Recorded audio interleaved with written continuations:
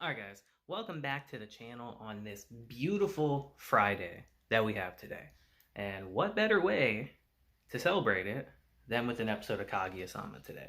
And we had a really great one, honestly.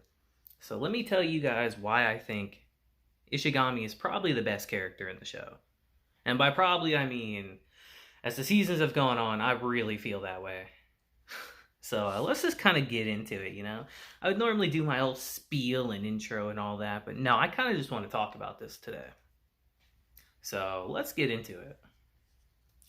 So, as you know, our episode begins with a banger opening we have, because it's just great, of course, but I think the whole crux of this episode really is with Ishigami, because today we get introduced to Tsubami, who is actually someone that Ishigami has a crush on, which for him is kind of crazy, because he's not the type of person to have something like that happen. But I feel like it's a good change of pace for his character, where can you take a character like him without introducing some of this stuff? So I think it's a good thing.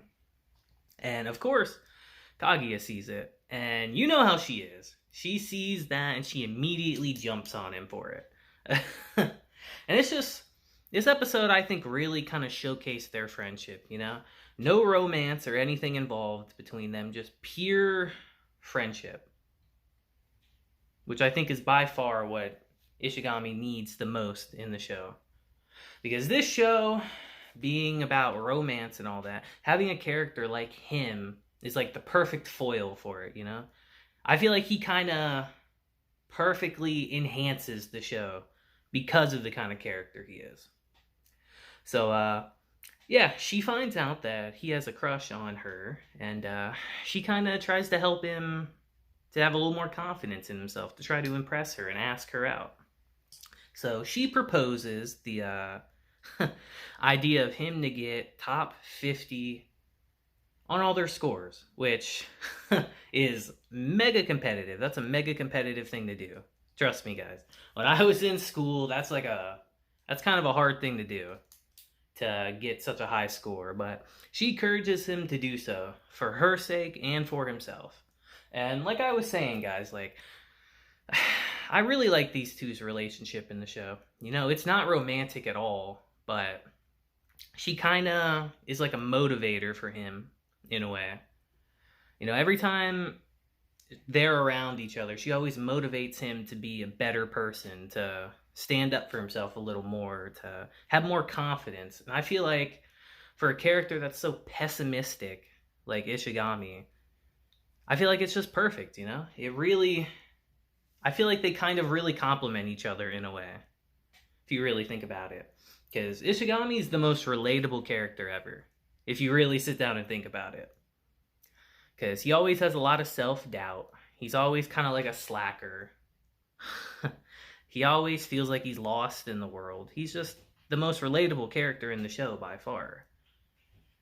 And the fact that she can be there for him and just prop him up and give him something to work towards, he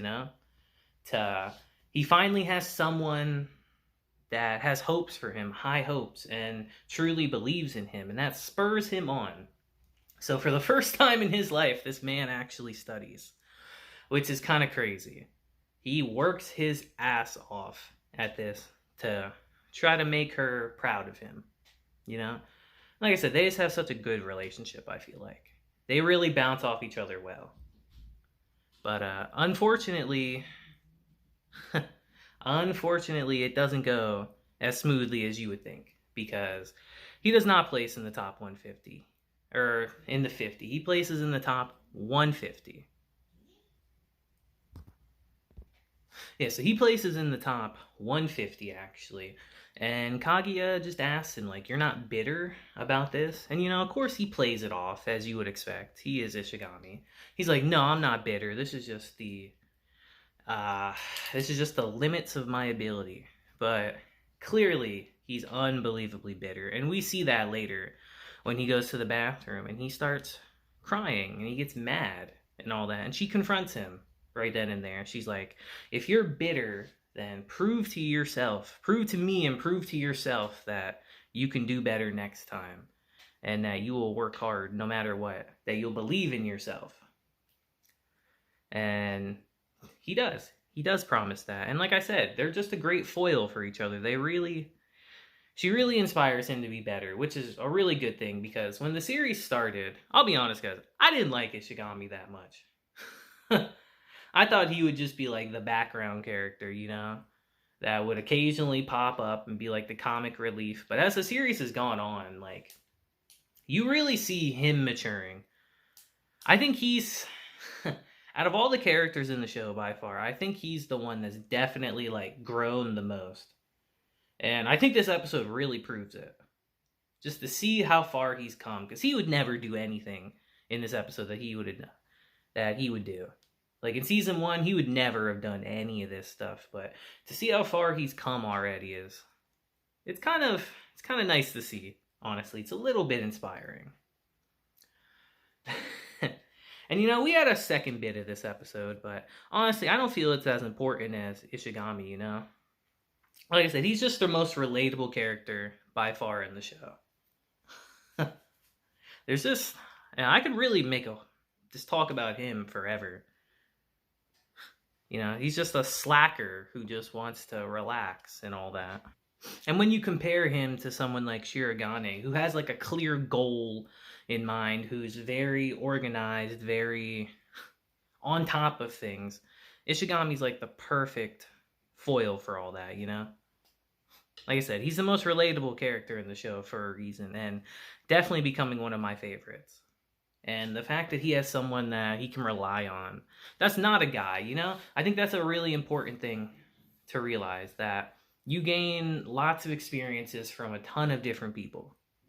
And to step out of your comfort zone, maybe you need someone of the opposite sex to help you do it, you know? It's just, I don't know, he's just such a great character, guys. I just wanted to kind of get that across. Today's episode was really good.